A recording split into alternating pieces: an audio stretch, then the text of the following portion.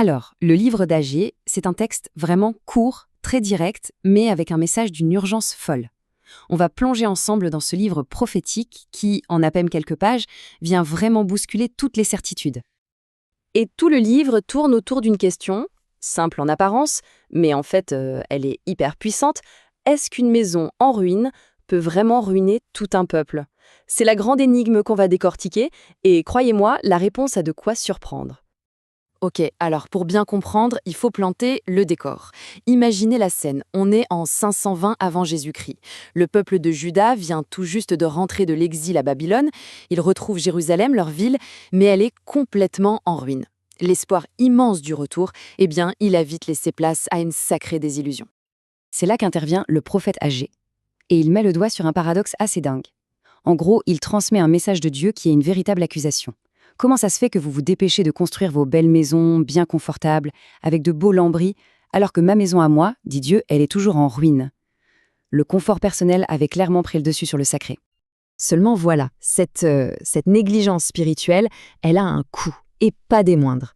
Dieu, par la bouche d'Agée, va poser un diagnostic très clair, et il va révéler le cercle vicieux qui est en train de paralyser tout le monde. Et la cause profonde de tous leurs problèmes, elle est nommée, c'est l'indifférence spirituelle. Qu'est-ce que c'est? Eh bien, c'est ce moment où nos propres priorités, notre petit confort passent bien avant notre relation avec Dieu. C'est vraiment ça, le cœur du problème. Et les conséquences, attention, elles ne sont pas abstraites du tout, elles sont terriblement concrètes. Le prophète dresse un tableau assez noir. Il parle de frustration, de sécheresse, d'efforts qui ne mènent à rien. C'est un peu comme s'ils travaillaient comme des fous pour mettre de l'argent dans une poche trouée. Le message est limpide. Tout ce chaos matériel n'est en fait que le miroir de leur chaos spirituel. Heureusement, le livre ne s'arrête pas à ce constat un peu déprimant. Non, il propose une solution, un vrai tournant. Et ça vient sous la forme d'un ordre direct de Dieu.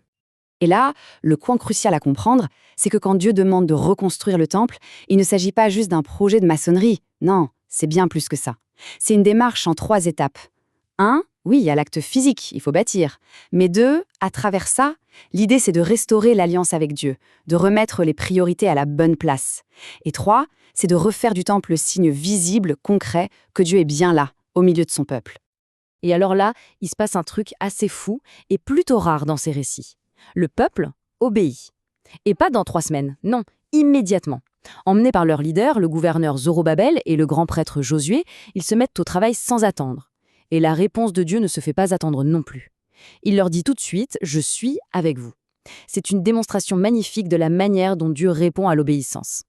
Et cette obéissance, eh bien, elle va déclencher une réponse de Dieu qui est elle aussi immédiate et qui va absolument tout changer. Bon, il y a quand même des gens, surtout les plus anciens, qui sont un peu déçus. Ils regardent le nouveau temple et ils se lamentent parce qu'il n'a rien à voir avec la splendeur de l'ancien temple de Salomon. Mais c'est là que Dieu leur fait une promesse juste incroyable. La gloire de cette nouvelle maison sera encore plus grande que la première. Alors, comment c'est possible?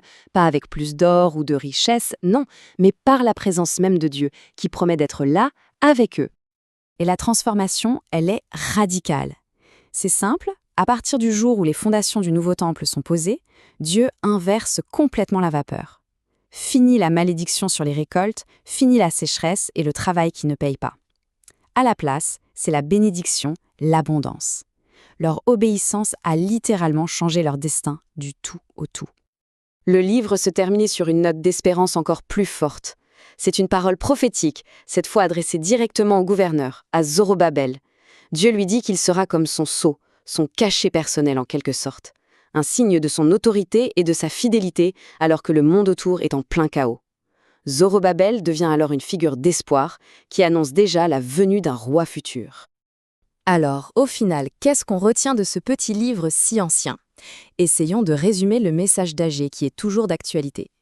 Les leçons sont vraiment puissantes. D'abord, on peut s'échiner autant qu'on veut, si Dieu n'est pas au centre de nos projets, c'est peine perdue. Ensuite, une obéissance sincère, même si elle paraît toute petite, eh bien, elle attire la faveur de Dieu. Et surtout, la vraie gloire, la vraie richesse, elle ne se trouve pas dans les apparences, dans ce qui brille, mais bien dans la fidélité du cœur.